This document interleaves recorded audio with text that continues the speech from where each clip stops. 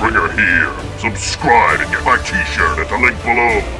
Welcome to Dungeon Craft. I'm Professor Dungeonmaster, and this is Ultimate Dungeon Terrain, aka Dungeon Pizza, an idea I came up with to save money and space. The concept is simple. Instead of cluttering up my dining room table with tons of terrain, I use this spotlight terrain system. I put the player characters and the main monster that they're fighting in the center, and I put the ranged combatants with their bows and spells in this outside circle. This saves a lot of time and money, especially if you've got a small apartment and you don't have a lot of space to store your toys. This is made of pink XPS insulation foam, which is common in the Northeast here in America, but a number of my viewers have told me that it is not available in warmer climates where they live. But what may be available is Ikea. With over 470 locations in 52 countries and an online presence, Ikea is a company that is within reach of most people on planet Earth. So I went to my local Ikea and I found these cork heating pads. They're sold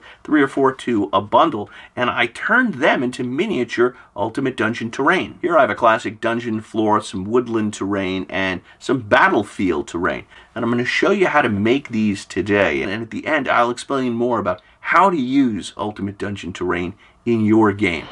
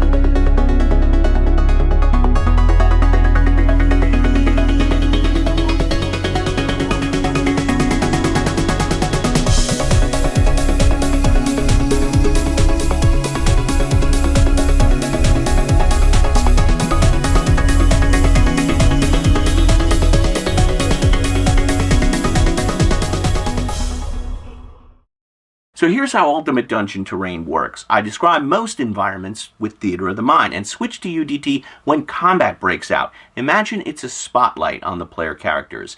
Any miniatures in the center are in melee range and may attack each other. The monster can attack them, and they can attack the monster. Anything in the outer ring is within bow or spell distance. Anything off the board means they're out of range and cannot interfere with the combat. How far is range distance? It's abstract 30 feet, 300 feet. The precise distances don't matter. It takes a round to move from one range to another. If you want, you can place additional terrain, but I only place things that characters can interact with. This pillar might provide cover against a dragon's breath, so I place it in the center.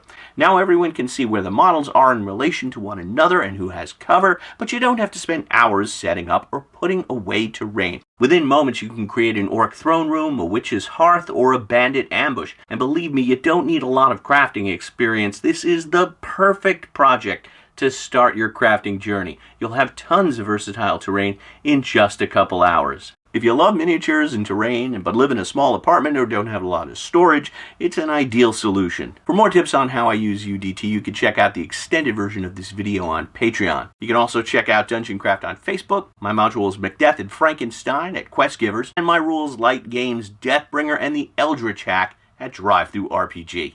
Thanks for spending some time with me. I hope you enjoy your Ultimate Dungeon terrain, and may all your rolls be 20s. Deathbringer again. I got my lawyer from Ikea. He's very affordable, but I had to build my own case. For more of my rapier wit, subscribe to this channel.